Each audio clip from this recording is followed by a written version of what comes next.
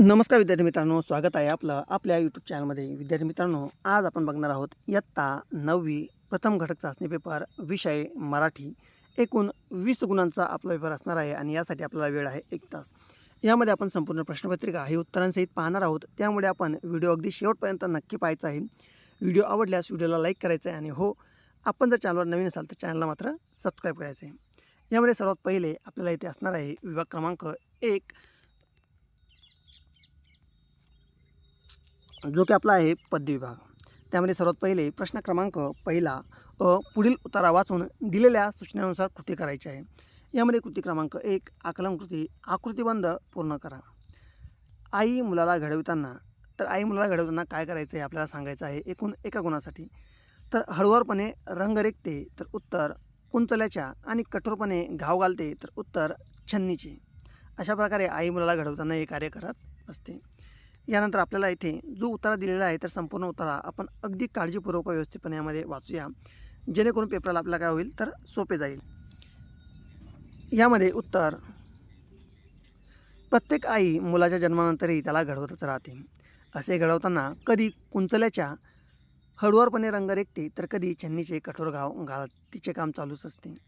आईच्या घडवण्याचे आपण जरी घडत गेलो तरी आपल्यासाठी कायमच एक गूढ बनून राहते. ती कधी आपल्यासाठी उबदार शाल असते, तर कधी कणखर ढाल असते. बालपणीच्या अंगाईला लावलेली सुंदर चाल असते. आईनं जन्म दिल्यानंतर या जगाशी आपली ओळख होते. या जग नावाच्या भवसागरात स्वतःचे माणूसपण जपण्याची तारेवरची कसरत प्रत्येकाला करावीच लागते. मुलाची जगण्याची वाट थोडी खडतर व्हावी म्हणून बाप नावाचा वल्ल हातात धरून भवसागर पार करण्याचा प्रयत्नही केला जातो. मात्र संवाद नामक सेतू बांधला जावा, मग या संवादातून बापाचा बाप असं ठळकपणे जाणवत राहतं. अशा प्रकारचा अतिशय सुंदर आपल्याला इथे काय दिलेला आहे तो उत्तर हा दिलेला आहे. यानंतर यामध्ये विचारण्यात आलेले पुढील प्रश्न, त्यामध्ये सर्वात पहिला आहे चौकटी पूर्ण करा. आई आपल्यासाठी असते, तर उत्तर उबदार शाल असते. आणि त्यानंतर आई आपल्यासाठी कणखर ढाल असते. यानंतर 2, आकलनकृती. चौकटी पूर्ण करायची आहे. मुलाच्या जन्मानंतरही त्याला घडवत असते, तर उत्तर आई. मुलाच्या जन्मानंतरही त्याला आई ही काय असते तर घडवत असते. यानंतर 2, बालपणीच्या अंगाईला लावलेली असते, तर उत्तर सुंदर चाल. त्यानंतर पुढील आहे 3, आईने जन्म दिल्यानंतर आपली ओळख होते, तर कशाशी जगाशी. यानंतर 4, मुलाची जगण्याची वाट थोडी कमी खडतर व्हावी म्हणून हे वल्ल हातात धरावे वाटते, तर उत्तर बाप नावाची. यानंतर पुढील कृती क्रमांक 3, स्वमत. तुमच्या सर्वात जवळच्या मित्राचे मैत्रिणीचे नाव काय? मैत्रीचे नातं तुम्ही कसे निभावता यावर सविस्तर यामध्ये आपल्याला लिहायचं आहे. विद्यार्थी मित्रांनो, आपल्याला स्वतःच्या मनाने याचं उत्तर काय करायचं असतं तर लिहायचं असतं. यानंतर पुढील विभाग असणार आहे तर पद्य विभाग. प्रश्न क्रमांक 2, कवितेच्या आधारे सूचनेनुसार कृती करा. कृती क्रमांक 1, वृक्ष आणि संत यांच्यामधील साम्य लिहून तक्ता पूर्ण करा. वृक्ष आणि संत, तर उत्तर वृक्ष मान अपमान जाणत नाही आणि संत निंदा व स्तुती समान वाटतात. एकूण 2 गुणांसाठी. यानंतर यामध्ये पुढील आकृती पूर्ण करा. संत या गोष्टी समान मानतात, तर वृक्ष उत्तर निंदा आणि स्तुती. वृक्ष हे जाणवत नाही, तर उत्तर मान आणि अपमान. यानंतर संतवाणी कविता दिलेली आहे व यामधले उत्तर आपण अशा प्रकारे लिहायचे. त्यानंतर विभाग क्रमांक 3, फरक लिहायचा आहे. व्यंगचित्र व हास्यचित्र. यानंतर पुढील विभाग असणार आहे तर व्याकरण विभाग. अशा प्रकारे आपण व्याकरण विभाग लिहायचा आहे. मित्रांनो, व्हिडिओ आवडल्यास व्हिडिओला लाईक करायचं आहे. धन्यवाद. दिलेल्या पर्यायापैकी योग्य पर्याय निवडून विधाने पुन्हा लिहायची आहेत. एकूण 3 गुणांसाठी. त्यामध्ये पहिला आहे इतिहासाच्या साधनांमधील साधने आधुनिक तंत्रज्ञानावर आधारित आहेत, तर लिखित, मौखिक, भौतिक आणि दृक श्राव्य. तर याचं उत्तर हे आपल्याला लिहायचं आहे. इतिहासाच्या साधनांमधील दृक श्राव्य साधने आधुनिक तंत्रज्ञानावर आधारित आहेत. यानंतर यामध्ये 2, इसवी सन 1453मध्ये ऑटोमन तुर्कांनी डॅश हे शहर जिंकून घेतले. त्यामध्ये 1 आहे व्हेनिस, 2 आहे कॉन्स्टँटिनोपल, 3 आहे रोम आणि 4 आहे पॅरिस. तर याचं योग्य उत्तर आहे ऑप्शन क्रमांक ब, कॉन्स्टँटिनोपल. इसवी सन 1453मध्ये ऑटोमन तुर्कांनी कॉन्स्टँटिनोपल हे शहर जिंकून घेतले.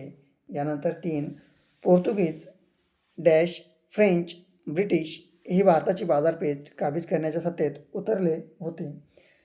यामध्ये ऑप्शन क्रमांक अ ऑस्ट्रियन, ब डच, क जर्मन आणि ड स्वीडिश. तर याचं योग्य उत्तर असणार आहे ब डच. तर पोर्तुगीज, डच, फ्रेंच व ब्रिटिश हे भारतीय बाजारपेठ काबीज करण्याच्या स्पर्धेत उतरले होते. ठीक आहे, याचा ऑप्शन क्रमांक ब हे याचं उत्तर असणार आहे. त्यामध्ये पुढील संकल्पना चित्रे स्पष्ट करायची आहेत आपल्याला एकूण 2 गुणांसाठी. तर भौतिक साधने ही आपल्याला लिहायची. तर भौतिक साधने एकूण किती लिहायची आहे? त्यामध्ये 1 2 3 4 5 6 7 व 8 भौतिक साधने ही आपल्याला इथे लिहायची आहेत. तर याचं उत्तर यामध्ये पाहूयात आपण. सर्वात पहिले यामध्ये आहे तर किल्ले. ठीक आहे, काय आहे सर्वात पहिले आहे यामध्ये किल्ले. यानंतर पुतळे आणि स्मारके 3 आहेत. इमारत व वस्तू 4 आहे. लेणी 5 आहेत. शिलालेख 6 आहे. पदके 7 आहेत. नाणी आणि 8 आहेत ताम्रपाट. तर ताम्रपाट, नाणी, पदके, शिलालेख, लेणी, इमारती, पुतळे, किल्ले हे सर्व काय आहेत? तर इतिहासाची भौतिक साधने हे आहेत. यानंतर पुढे प्रश्न क्रमांक 2. पुढील संकल्पना स्पष्ट करा. कोणतेही 2 यामध्ये स्पष्ट करायचे आहेत एकूण 4 गुणांसाठी. त्यामध्ये पहिला आहे शेतीचे व्यापारीकरण. तर याचं उत्तर अशा प्रकारे आपण लिहायचं आहे. त्यामध्ये 1 शेतकरी पूर्वी प्रामुख्याने अन्नधान्य पिकवत असूनही अन्नधान्य त्यांना घरच्या वापरासाठी व गावाची गरज भागवण्यासाठी उपयोगी पडत असे. 2 त्यानंतर इंग्रज सरकारने कापूस, तंबाखू, चहा इत्यादी नगदी पिकांना उत्तेजन देऊन लागले. 3 अन्नधान्याच्या लागवडीपेक्षा नफा मिळवून देणारी व्यापारी पिके घेण्यासाठी जो भर दिला जाऊ लागला त्या प्रक्रियेस शेतीचे व्यापारीकरण असे म्हणतात. यानंतर यामध्ये पुढील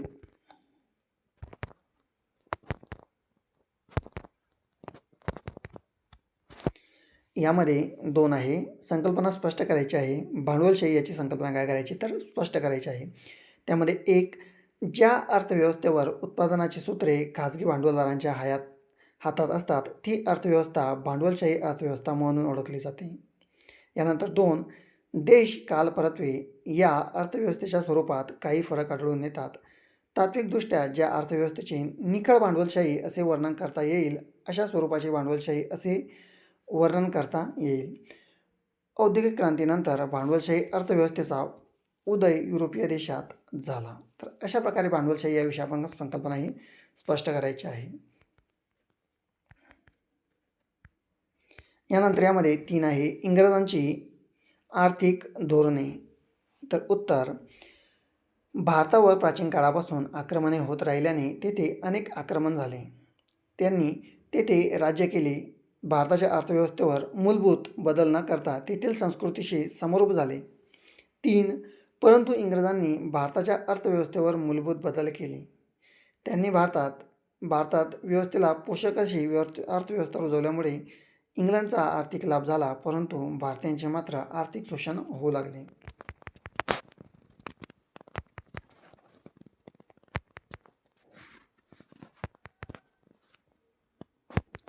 यानंतर पुढील प्रश्न क्रमांक 3.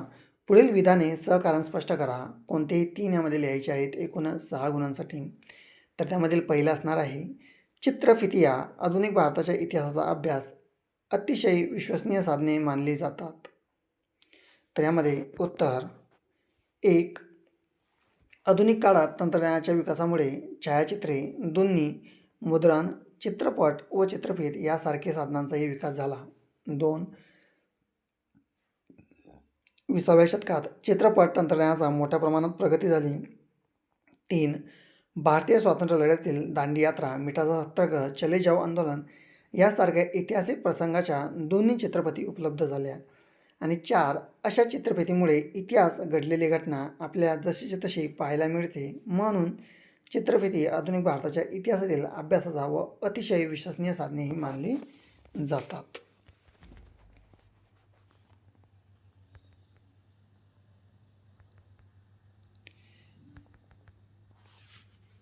यानंतर यामध्ये 2 युरोपीय देशांना आशियाकडे जाणाऱ्या नव्या मार्गाचा शोध घेणे आवश्यक वाटू लागले. तर उत्तर पहिलं इसवी सन 1453मध्ये ऑटोमन तुर्कांनी बायझंटाईन साम्राज्याची राजधानी असलेले कॉन्स्टँटिनोपल म्हणजेच इस्तंबूल हे शहर जिंकून घेतले. या शहरातून जोडणारे खुष्कीचे व्यापारी मार्ग बंद झाले.